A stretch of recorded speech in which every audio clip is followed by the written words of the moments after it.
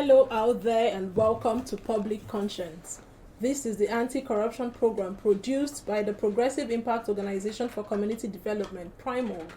PRIMOG is a civil society organization with the mandate to promote good governance, participation and accountability in Nigeria. I am Adaobi Obiabumo with Esther Bassi. Welcome to the program. On Public Conscience, we seek to evolve a corruption-free society through the amplification of corruption stories reported by our partner media organizations and drawing citizens and government attention for democratic actions against it. We also promote integrity by focusing on rare cases of the display of honesty by public and private individuals in the course of their normal activities. The MacArthur Foundation supports the production of this program. Today, we will be dwelling on the large-scale theft of crude oil in Nigeria and the grave dangers of the Black Soot menace in and around Port Harcourt in Rivers State. We will examine the roots of the problem and what must be done urgently to combat the challenge. According to an investigative report by Premium Times, in Port Harcourt, soot is not just causing respiratory illness but also polluting the water consumed by residents. Soot can be described as the thick black smoke that billows up into the sky almost daily. Soot has become a common sight in Port Harcourt, the Rivers State capital, and its outskirts, resulting in poor air quality and water pollution and causing several respiratory illnesses. Sadly, this dangerous living condition is directly linked to crude oil theft, which is an all-time high in Nigeria. Over the years, and even currently, the government has been unable to curb oil theft and soot pollution in Port Harcourt and beyond. Security officials have been accused before now of not doing enough to stop oil theft in the Niger Delta region. For you out there, you may be saying that you are not affected by soot pollution because you do not live in Port Harcourt or its environs. Let me make it clear to you that hundreds of millions of barrels of crude oil are stolen or siphoned from pipelines every day in Nigeria.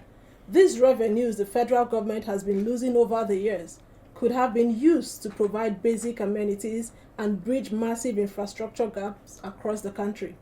So what must the government urgently do to tackle soot pollution in Port Harcourt and its environs? What do you think will be the best approach to stopping oil theft in Nigeria? And what must be done to ensure security operatives are not collaborators of oil thieves? Be ready to join us through phone and text messages in the course of the conversation. The WhatsApp phone line to send your message is 0902-265-6167. That is 0902-265-6167. Please indicate your name and your location when sending your message. This number is for messages only. Please begin to send your messages as soon as possible to 0902-265-6167. That is 0902-265-6167.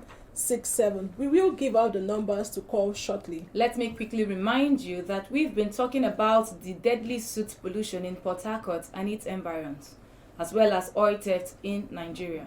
Nigeria is said to have lost at least $1 billion in first quarter of 2020 due to oil theft, and daily an estimated 120,000 barrels of oil are stolen.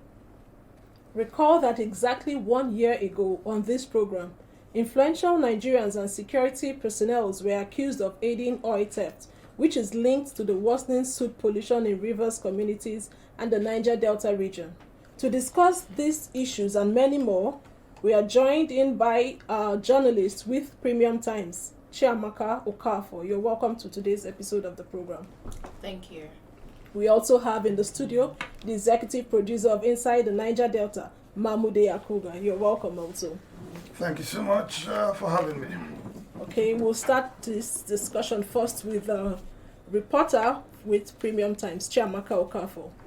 Could you share with us the disturbing findings of your investigation with regards to soot pollution in Port Harcourt and its environs? Which areas did you visit exactly? Okay, so I usually like to talk about the story. I like to start with some little tale around my visit to Port Harcourt. I did not set out to go to do a story in Port Harcourt. I was just on holiday. I went home to see family. And on getting in, it was hard to catch my breath, so I was asking my younger sister, why is there so much dust in the house? And this was December, so it was raining, so there couldn't be dust anywhere. It should be rain. And she laughed and said, oh, this one just they come. Oh. I'm like, what do you mean by that? I said, it's not dust, it's soot. Say soot. And so for me, it was some kind of awakening because we did see the Stop the Soot campaign on social media. And so it dawned on me that this was really some serious business going on. And I needed to find out what was happening there. So I started to ask questions around the neighborhood. And from my, asking and questions around, I figured it was not even as deep as it was in Tai, the Ogoni region of the state. And so I had to start working. I called a few doctors to say, oh, this is happening. And they say, yeah, it's been here, and increase in respiratory infections in the state. And so I directly to your question, yeah, I was in Port Harcourt, and I went to Thai local government where I visited Norwa and, Norwa Dume in Thai local government. And then I also went to a bunkering site in Gokana, yeah. The bunkering site I visited was in Gokana, and then I saw how much damage people are doing to their own lands, but then they had justifications for doing what they are doing. So directly answering your question, I was in Port Harcourt, I was in Noah and Gokana, both in Thai local government, and in Obiapo local government, of course, Port Harcourt town, more or less. Okay, so apparently soot pollution is worsening as the result of the oil theft and illegal refining crude oil. From what you saw on ground, who are those perpetrating these unhealthy and corrupt acts? When people are doing illegal stuff, you can't find them. So I can't say this is who is doing it. But from what I heard or what I was told, people doing this are people who live in these communities. Indigens? Well, it's hard to tell if they are indigens or not, but they live in this community. Maybe largely indigens because, again, you can't go to stuff that does not belong to you. So you have to be a member of the community to exploit these things. Because, again, they've become protective of their environment and their resources, or however you like to put it. I mean, people living in these oil producing communities. And so they can spot an outsider when they come in. Like, they spotted me, and I had to use the support of my fixer to get along with them. Because, so once you enter into the community, you know that this person is not one of us. So it has to be someone who is one of them who does these things. And now, reasons for doing them, they'll usually say, oh, we produce the source of Nigeria's revenue, but then we're left behind. There's no development in our area, so why not? We can also exploit these things and fend for ourselves. So I would say indigents probably. Okay, thank you for that backgrounder. Let's quickly shift to Mahmoudi Akuba. A lot has happened from the last time you joined us on this program. You painted a picture the last time you were here of how soot pollution was affecting the health of residents of Port Harcourt and its environs. How bad is the situation as it is today? I think it's slightly better now. It was very terrible, but you will recall that the New Year Day broadcast of Governor Nyesom Wike, he announced that he was going to commence an onslaught on, legal refiners of petroleum products and combat the soot menace in Port Harcourt. I mean, we've been living with this. I live in Port Harcourt, so we've been living with this menace for the last 6-7 years, and it's been terrible. But from January, there was really, heavy onslaught on, the people who are responsible for the production of soot, which is, caused by incomplete combustion as a result of, using crude oil to burn and refine the crude oil itself. So that is what produces soot. But Governor Nyesom Wike, in some cases, going into the creeks himself and with some of his appointees, and chasing after these crude oil refiners, illegal crude oil refiners. So that has brought some respite for us who live in Port Harcourt. You will know that what the situation was Christmas period, last year is a lot better now than it was, last year. So there's been some improvement, but it's still there. And like I told you, we've been living with this for over 6-7 years now. So the health hazards, there are no studies being done. There is no environmental impact assessment of what is going on. Nobody knows what is going to happen. We might be looking at some level of, epidemic much later, 5 years from now, who knows? The people in that part of the country will be coming down with all sorts of illness. Nobody really knows because no study has been commissioned. Nothing is going on. We are just living with the danger and hoping for the best. Living with the danger and hoping for the best. But the soot, like you said, is as a result of the combustion of this stolen oil. Yes. Could you oil theft in Nigeria is an all-time high, and it is happening unabated. Mm-hmm. Could you help us understand how big and serious oil theft has become in the Niger Delta region and the country at large? And who are those involved? It's the biggest business in Nigeria today. Oil theft is the biggest business in Nigeria. I mean, there's nothing that compares to it. In 2021, from the government figures, which I must say are very inaccurate, they are just scratching the surface. The country lost $4 billion in 2021, and the first quarter of this year, they've already reported another loss of $1 billion US. So that is huge business, and that is really, really not capturing the true situation as it is on ground. Our oil business is being attacked from every single angle. I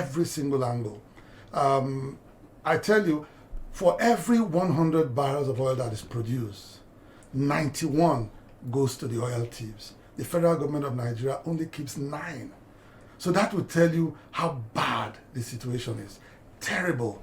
Is the government not aware of this? Oh, of course, the government is. Why do you think that the President Muhammadu Buhari has sent out the Minister of State Timothy Silva, Lucky Rabo, Chief of Defense Staff, and MD of NNPC Limited, Mele Kyari, to the Niger Delta? They were in the Niger Delta last week before last. They met with the governors. In fact, the federal government, as we speak, is running now to the governors of the Niger Delta to beg, plead, persuade them to help them stop oil theft. The government is helpless. They cannot do anything about this situation. As we speak, they've run back to Tompolo, who they declared wanted some time ago. They signed a contract with Yes, him. because they are helpless. From General Lucky Rabo, who has had at least 5 meetings with the Niger Delta governors this year. In February, he held with the governors in Abuja. He was in the Niger Delta again in March, April, and he's touring the Niger Delta as we speak. So, I mean, that's the Chief of Defense Staff, who really, if I must put it very plainly, is all talk and no action. We will get back to the issue of Tompolo, but last year you did mention that this oil business recruited over 5,000 boys. I beg your The pardon. number No, 500,000. 500,000. Yes, not 5,000 boys. 500,000. 500. It's big business. That's what I told you now. Big business. If you live in the Niger Delta, I report the Niger Delta every single week. So do we have more people joining? Of course, more people are joining in. And if Nigerians pretend that they don't know what is going on, it's very sad. Not long ago, we saw the carnage. What happened somewhere in Imo State, in a community that borders River State. The massive deaths that took place there as a result of explosion in one of those illegal camps. Several people died. From that. So look, there is no employment in the Niger Delta. Sadly, our governors who get 13% from oil derivation have not done much to promote human capital development and to promote employment. Some of the governors are doing well with monies from 13%. For instance, the governor of Rivers State is doing well. It's projects. You see him commissioning projects on a daily basis. It's good. But if you want to go further to ask, what has he done in promoting human capital development? What has he done in promoting employment? How many industries has he set up in the last 7 years when he took over as governor? How many people have been employed? How many jobs have been created? You will find the answer very disappointing. We understand that survival is the first instinct of man. Yes. Could it be one of the reasons why the boys are doing this? Of course, that's the main reason why. Because, look, you graduate from a university, you're a petroleum engineer. For 5 years, you can't get a job. What are you going to do? And somebody says, look, come and help us out here. And you find that every day you go to the illegal site, you come back home with 150,000. And at the end of the month, you find yourself that you are making over 5 million naira. And you even begin to think that, look, if I was working for the government, I probably would be getting 200,000 or less in a month. So, it's a business that is now lucrative business. Very lucrative. And the government cannot stop it anymore because the military operatives have all been corrupted. They are very, very involved. As we speak, 13 naval officers are being court-martialed in Lagos as a result of their involvement in illegal refining of petroleum products. So the military is involved. I told you now that Lucky Rabo is all talk and no action because the military is incapable. Look, not too long ago, you heard of the seized vessel carrying almost 300,000 metric tons of crude. Yes, in Equatorial Guinea. Where did it sail from? It sailed from Nigerian waters. So the naval officers, what were they doing? So there's complicity everywhere. And the business is so big, the president is helpless. For them to be running back to Tompolo to help them stop crude oil theft, for the government to be going to the governors who do not control the police, the army or anything to beg them to help them control oil theft, listen, it's out of the government's hands. It's a terrible situation. Okay, terrible situation indeed. But we'll quickly get to Vox Pop because Primark team hit the streets and sampled the opinions of some Nigerians on how the Nigerian government can stop crude oil theft going on in the Niger Delta. Let's take a listen. Voices against corruption. Let the people speak. Hello and welcome to Primark's public feedback series on corruption called Voices Against Corruption. And we ask, how do you think Nigerians can stop the theft of crude oil going on in the Niger Delta? They stop giving license to wrong people. Let the community take possession of it. Like Niger Delta, if Niger Delta people can take possession of whatever they produce, they will be able to defend it. Be the only way the theft will stop by changing those security agencies and sending the new ones. Stopping of this process is something that can't just stop immediately. It's something that have to do with a gradual process. The reason being is that our security agency that they send in there, they are doing their work quite all right, but there's our top politicians, they are benefiting from the thief of the oil. Their own way of trying to get feedback or getting the reward of the oil that is producing in their region. So if we must make it work, let's make our refinery work so that the oil will not be taken outside and everybody will feel, okay, I'm part of this and they are not cheating us. There must be maximum deployment of securities to various areas of such in order to be able to, I will say, curb it for now. You can curtail it for now, but in certain time you can stop it. An effort should be made to allow state policing. Primark's public feedback on corruption in Nigeria is produced with support from MacArthur Foundation. Welcome back to the program. If you're listening to us out there, you're onto Public Conscience, and we are seeking ways to stop oil theft going on in the Niger Delta region. And you just heard the voices of Nigerians on the streets. Chiamaka, I would like you to react to this, but then following your investigation, did you speak to any government authority before publishing your report, and what was their response as you equally respond to what you heard on the Vox Pop? So first, you know how it is. You rarely get responses from the government and all of this. But what I worked with, so I didn't get any response from them directly. But before then, from January, the governor of Rivers State, Nyesom Wike, had comments all over the media about what he was going to do on the oil thefts, the bunkering, and all of that. So that was enough response, since they refused to answer directly to me. But that was enough response in public space already, saying what they wanted to do or what they would do. And like my co-guest said earlier, I mean, it's been all over the place what he's going to do. I don't know if his feet are on the ground yet, but this is what he said he's going to do. He's going to follow them up. And interestingly, this morning, reading in the news that a lawmaker in the state is going to be prosecuted for engaging in illegal oil refinery or bunkering in the state. It's in the news this morning, so I guess that's some progress. If there's going to be action, if this threat is going to be backed by action, I don't know, but we want to see that happen. And to the Vox Pop, someone said people in the Niger Delta are not happy that they're producing this oil, and it's not rubbing off on them. We can't see it in their lives or in development. And this is true.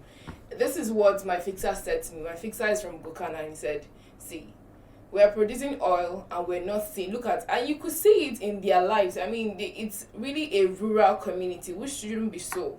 If you're the source of our revenue as a country, it should be rubbing off on you. You should be shining more than the others. But in their case, we all are shining more than they are doing. And so it's not a justification for, what they are doing, because in the end, it's also affecting them, their farmlands. So the site I visited was a cassava farm, or used to be a cassava farm. And from the reports, you could see the pictures. That land is damaged. It has to take a lot to, bring it back to whatever it used to be. But, I mean, you have to put in something if you want them to cave. You can't take my bike from me and say, oh, I'm stopping motorcycles if you're not giving me a taxi to run. So you have to give me something if you're taking whatever it is that is my source of livelihood from me. So, and the case of, having a refinery, it's been a conversation since time immemorial. It's about time we do something, but my job only is to report what I see and say these are the issues. Now, and it's for the government to act. To act. Okay, let's shift to Mahmoudi. You've heard what she said, and some of the respondents during the interview who said that the communities are not benefiting. But how involved are these community members and the oil companies in all of this? When you say involvement at what levels? Involvement in oil theft. In oil theft. Oh, well, the communities are involved because a lot of the boys who do it are also from these communities. So by that implication, you could say, yes, communities are involved. And when security comes chasing these boys, the communities, the chiefs and the leaders of the community just keep mum.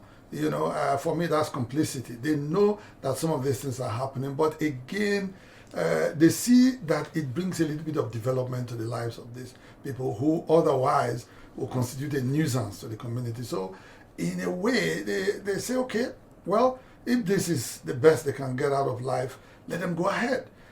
After all, this is from under their soil, as it were. So they know what is going on, but there's very little they can do about it. And the involvement is going to keep on going on until and when the government is ready to do what is right. Okay, until the government is ready. But could you help us paint a picture of how this oil theft is done? At what level is the companies involved and the community members? No, yeah. Will the community, do they know where the oil well is, where they can get the crude? Or are there other intermediaries? Are there people who would get this oil, the crude from there, and hand over to the community members? Okay, it's a well-organized business, very well organized. In fact, if I dare say so, more organized than your NNPC. Mm-hmm. So it's a chain. It's a chain, and I must say that apart from Shell and workers in Shell, the only people who can tell you where the oil wells are the indigents, the natives of the community. From the other oil companies, they really don't know where these oil wells are. It's only Shell that can really tell you, yes, in this creek you have an oil well. Even the federal government of Nigeria, they don't know where these oil wells are located. I mean, we have had examples in the past of, the federal government, when the militancy started, they wanted to go, take out Alhaji Asari Dokubo, where he was hiding with his boys. They really couldn't pinpoint or figure out where it is, even though they had maps from Shell and all that. And Alhaji Asari Dokubo was saying the government does not know where they are and they can't find them, and they really could not, find them. So these communities, the people there are the ones who can tell you where the oil wells are. And they are the ones who can tell you, with some help, technology, they can open up these oil wells. Now, what is happening in the Niger Delta is that the way the business is organized today, they've segmented it. What they call black is crude oil.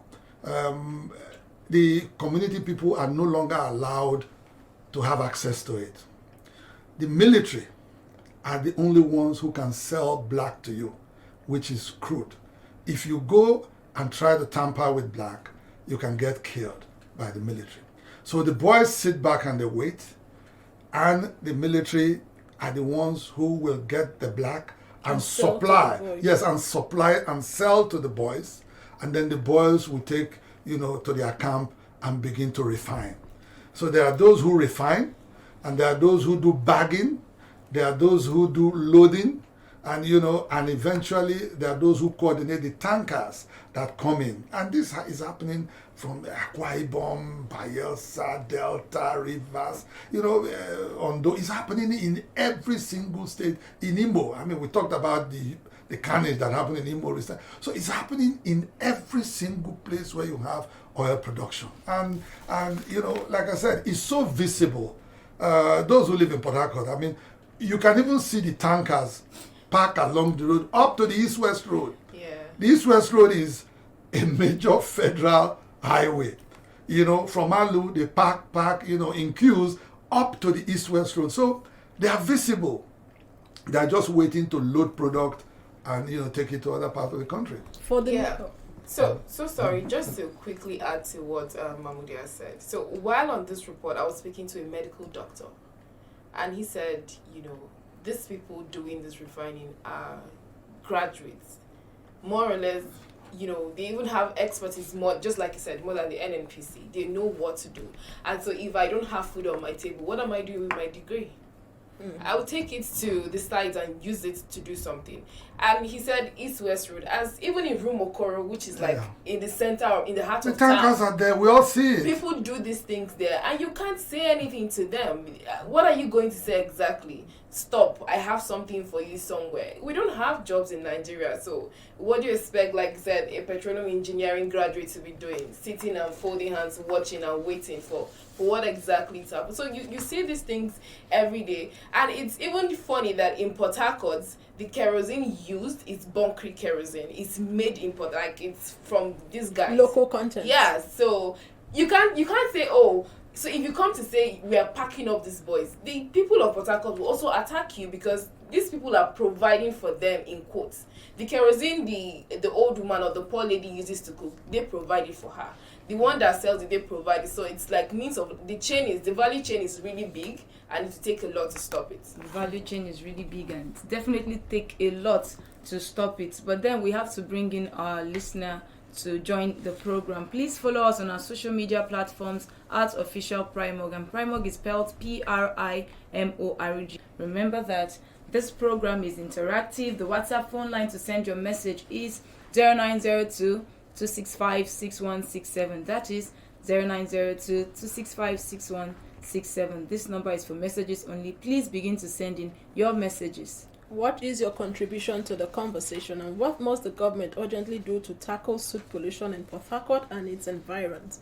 And what do you think will be the best approach to stopping oil theft in Nigeria, and what must be done to ensure security operatives are not collaborators of oil theft going forward? Back to Mamodi. You did say that the military are the ones who bring out the crude, the black, yes, and supply to the boys. What of the oil companies? Are they not capable of securing this crude oil production from the oil well to the float stations? How? How can they be? How can they secure it? They really can't secure it. These are people who just come figure out where there's oil and start drilling.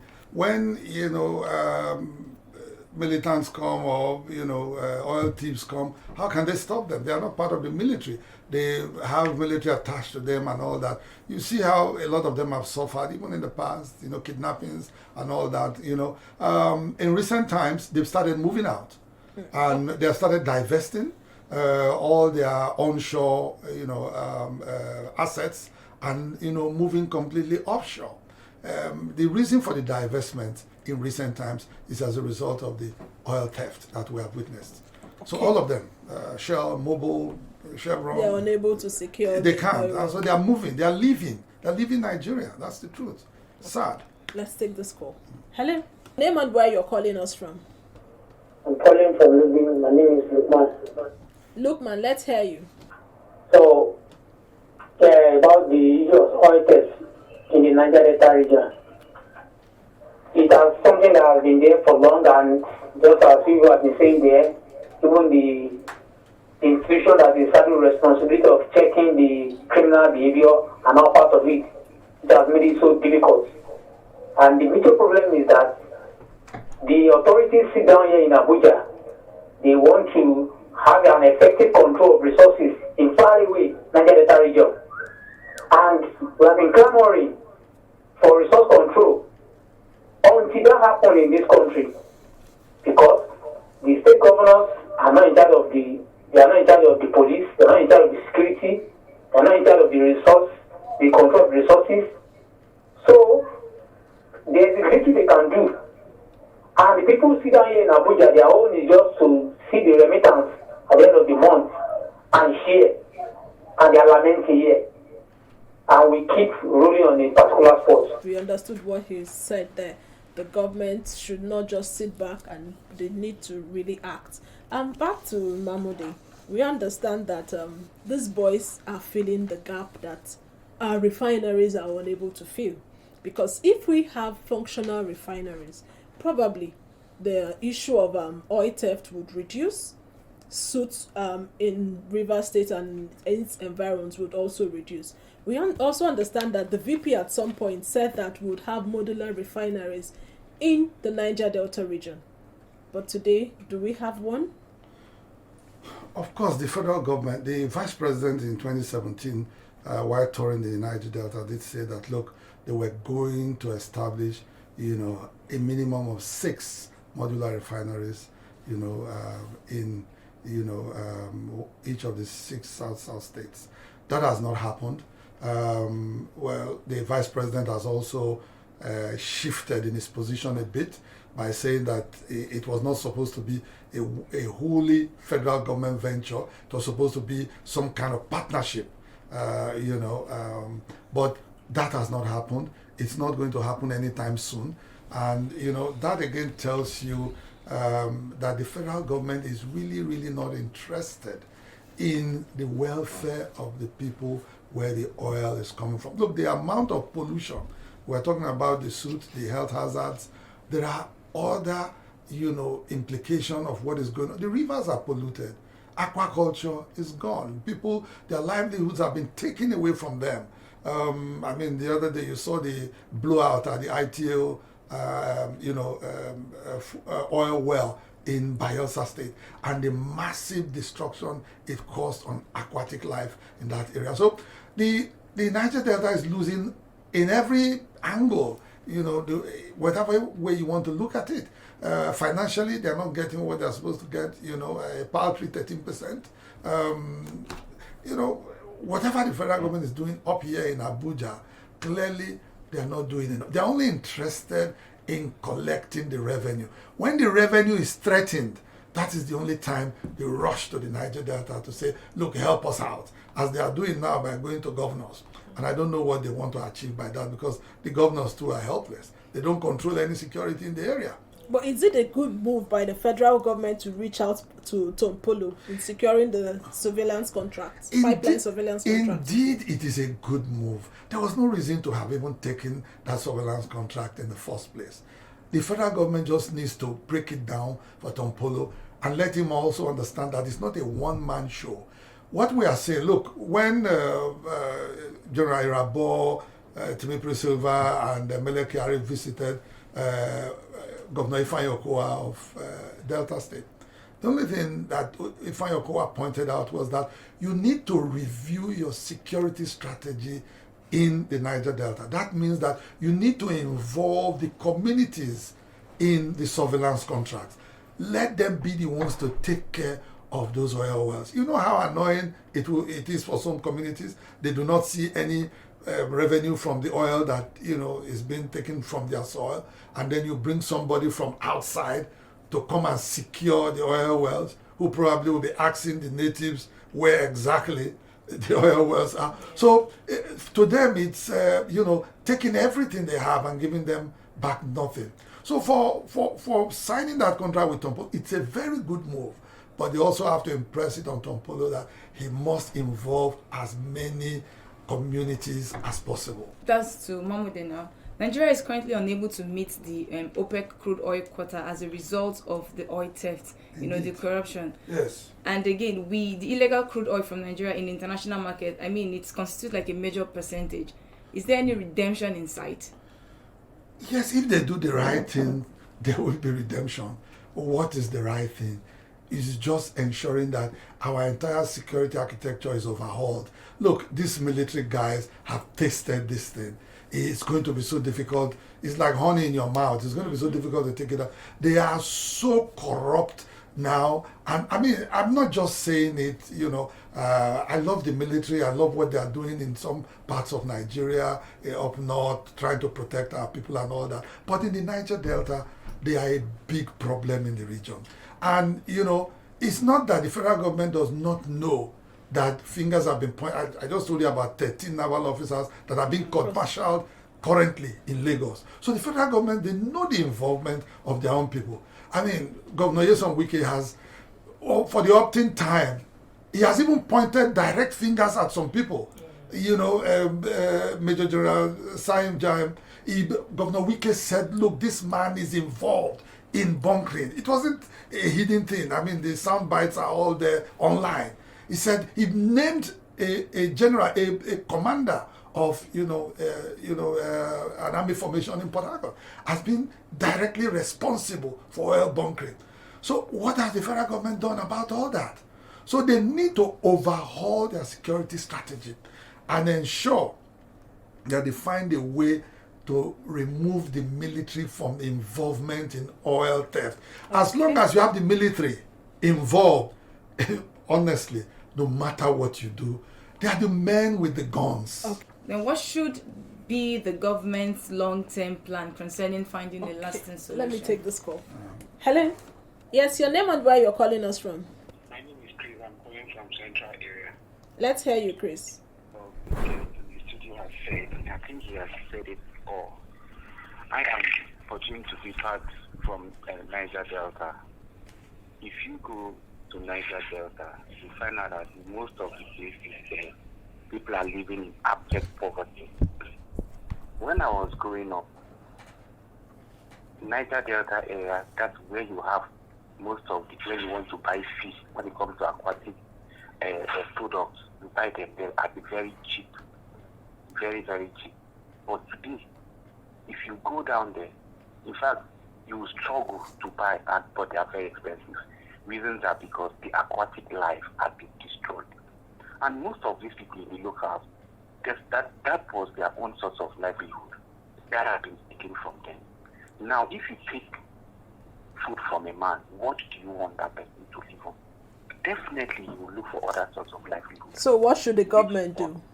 The government should try as much as they can to give them sense of belonging. They should get them employed, get them to do something, get them to work and earn something. Because so long as you can work, So long as they cannot earn a living from a legitimate source, they will look for other source to survive. And moreover, oil theft is an organized crime. It's an organized crime. They should leave Abuja and stop sitting in Abuja and think that things are going to work. Okay, thank from you. Here. It's not going to work like that. Thank you so much for your contribution. Hello? I'm Andrew calling from Idu, Abuja here. Let's hear you. It is the military now that takes the black oil and sells to the community. It's very true. I grew up in the barracks. Normally, if you want to see a car in the barracks, you go to officers' quarters. Now, if you go to the barracks, almost every room, cars are parked there. Not one, not three. A private soldier will have up to 3 cars. If they don't do that, where are they getting the money from? So the thing is, the corruption now is living within the forces, and the people who will give meat to keep are the people eating the meat. The soldiers and the civil defense were sent there for the purpose of oil theft, and they are the people now collecting the oil to sell to the agents. I don't know whether we are leading or we are not leading. Okay. Okay, thank you so much. We are leaving. Thank you for your contribution. The military is involved in this. Let's take this other call. Hello? Yeah, this is Sean Williams calling from Airport Road. Go ahead. Go ahead, please. What I actually see there is that, before there can actually be a kind of involvement between the government and what is going on in the Niger Delta. What I actually feel is that government need to first of all as a good governor, because I believe firstly that government is of the people, for the people, and by the people. And there is no how you can just keep on destroying the farming lands of people all because of the oil, and you're not providing the means of surviving for the citizens of that very state. So there is no government first of all. They need to stabilize a kind of function that will help the youth. Okay, thank you so much. The government needs to help the youth of Niger Delta region. But before we go, because of our time, Mahmoudi, the technology, from what we have gathered, has improved. That is technology used by this voice, from firewood to generators and electric burner to refine crude. Do you think if the government is able to give organize this voice, is that a possible solution? Of course, that's going forward. That will solve so many problems. But the government is not interested in doing that. This entire disarray, benefits a lot of people, benefits senior officers at NNPC, benefits senior officials of the government, benefits the military, so nobody wants to get everything properly organized. Look, they have had... What should the government do in 1 minute?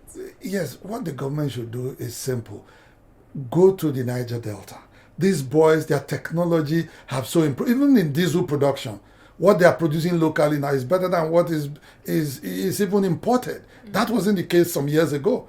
The generators will knock and all that in the past, but they have improved the technology. In fact, there's a particular brand which they call La Casera, which is the very high quality diesel that is being produced, sells for a lot higher than the other quality. So let them go, get these boys into cooperatives, support them, set up modular refineries, and get these boys to be involved in working in these modular refineries and producing. Look, a lot of the diesel you buy, even in Abuja here, are produced in the creeks of the Niger Delta. That's the truth. A lot of what the government is paying as subsidies is all scam. We know that. The tankers are still loading from the Niger Delta and from products that are produced in the creeks. So they know what is going on. They know what they need to do. Give these boys a little bit of help, organize them properly, set up proper refineries for them, and let us forget about importing petroleum products from outside Nigeria and save that forex so that our naira can improve. Okay, so Chiamaka, in 1 minute, what must the government do urgently to tackle soot pollution in Port Harcourt and its environment? Well, so for every problem in Nigeria, like from top to bottom, it's not the absence of, knowing what to do. It's really the absence of political will, because we have everything we need at home to do what we need to do. So the question is, after all is said and done, build modular refineries, get people off the streets. These boys have all you need. They have the expertise, they have the experience, they have everything you need. Okay, we've told you what to do. This is what they are saying they want. Give us something to do. Integrate us into the system. We've told you all of this. So the onus lies on the government. Like I said, political will. After we say do this, do that, if there's no political will, we're back to ground zero. And that's where we've been all along. Okay, thank you for that political will from the government. And that's how we are wrapping it up on today's episode of Public Conscience. Please visit the news page of our website, primognews.org, that is primognews.org, for all the details of our reports and interviews. Visit our website, www.primog.org, to get all the information about Primog. And you can watch our videos on Primog TV, our YouTube channel. Please subscribe to get reminders when we have a new post. We sincerely appreciate our guests, journalists with Premium Times, Chiamaka Okafor, and the executive producer of Inside the Niger Delta, Mahmoud Yakuba. Thank you so much for joining us today. Thank you for having me. Public Conscience has the support of the John D. and Catherine T. MacArthur Foundation, committed to building a more just, verdant, and peaceful world. Get more information about the foundation on its website, macfound.org. Join us here again next week for another episode of Public Conscience, and remember to follow us on our social media platforms, Facebook, Twitter, and Instagram at Official Primog. I am Esther Bassi. And remember that birth registration and birth certificates are both free if your child is under 18. Help stop the corruption in birth registration and do not pay for birth certificates. Also remember that you can give us information or hint about corrupt acts through our phone 0902-265-6167 or info@primog.org. I am Adaobi Obiabumo. Stay safe.